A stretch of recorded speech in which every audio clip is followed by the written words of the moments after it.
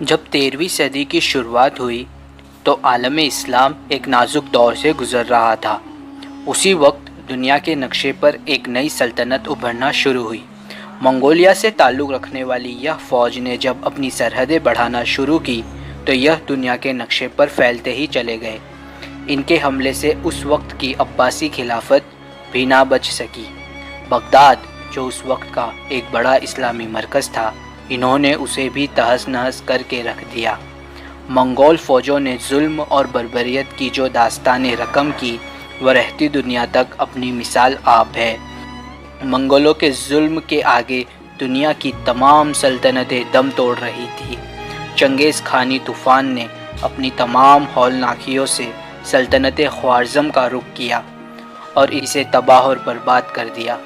سلطنت کی تباہی کے بعد وہاں پر موجود ترک قبیلے کسی محفوظ جگہ کی تلاش میں ہجرت کرنے لگے۔ ان میں سے زیادہ تر قبیلے چروائے اور خانہ بدوش تھے۔ جہاں پر ہرا بھرا علاقہ اور پانی نظر آیا، یہ قبیلے وہیں پر بس گئے۔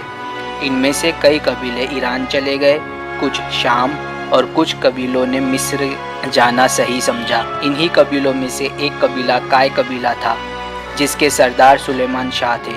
کائے قبیلہ سلیمان شاہ کی سربراہی میں سلطنت خوارزم سے شام میں آ کر بس گیا۔ سلیمان شاہ کے 4 بیٹے تھے: سگکتگین، دگدوگدو، ارطغرل، دندار۔ ارطغرل سلیمان شاہ کے تیسرے بیٹے تھے۔ ایک مرتبہ ارطغرل اپنے دوستوں کے ساتھ جنگل میں شکار کے لیے جاتے ہیں۔ وہاں پر ان کا سامنا صلیبی کروسیڈرز سے ہوتا ہے۔ یہ صلیبی کچھ لوگوں کو بندی بنا کر لے جا رہے ہوتے ہیں۔ ارطغرل ان قیدیوں کی اصلیت جانے بغیر انہیں صلیبیوں سے بچاتے ہیں اور اپنے قبیلے لے آتے ہیں۔ اس گھٹنا کے بعد سے صلیبی ارطغرل کے قبیلے پر بہت سے حملے کرتے ہیں۔ اپنے قبیلے کے وجود کو بچانے کے لیے ارطغرل اور ان کے قبیلے کے نوجوان صلیبیوں سے ایک جنگ لڑتے ہیں۔ ارطغرل کا قبیلہ اس جنگ کو جیت جاتا ہے۔ اپنے قبیلے کے لوگوں کی خوشحالی اور بہتر زندگی کے لیے ارطغرل اور ان کے قبیلے کے نوجوان ایک اسلامی ریاست بنانے کا ارادہ کرتے ہیں۔ جنگ کے کچھ سمے کے بعد سلیمان شاہ کی موت ہو جاتی ہے۔ ارطغرل تمام ترک قبیلوں کو اکٹھا کر کے شام، جسے ہم آج سیریا کے نام سے جانتے ہیں، وہاں سے اناتولیا کے لیے روانہ ہو جاتے ہیں۔ اناتولیا جسے ہم آج ترکی کے نام سے جانتے ہیں۔ اس وقت اناتولیا سلجوقی سلطنت کا حصہ تھا۔ ارطغرل اپنے قبیلے والوں کے ساتھ اناتولیا کے اندر داخل ہوتے ہیں۔ وہ دیکھتے ہیں کہ 2 فوجیں آپس میں جنگ کر رہی ہے۔ جو فوج ہار رہی ہوتی ہے، ارطغرل اپنے قبیلے کے نوجوانوں کے ساتھ اس فوج کا ساتھ دیتے ہیں، جس سے وہ فوج جیت جاتی ہے۔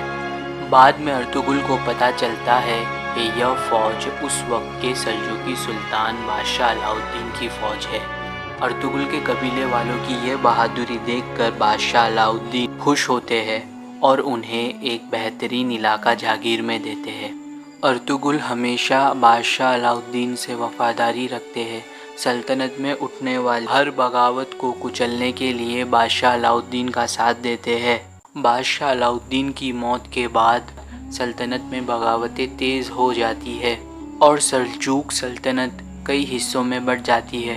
ارطغرل اپنے حصے کی جاگیر کو بھی ایک مضبوط سلطنت بنانے کا ارادہ کرتے ہیں، جس کا پہلا خلیفہ وہ اپنے قابل بیٹے عثمان کو بناتے ہیں۔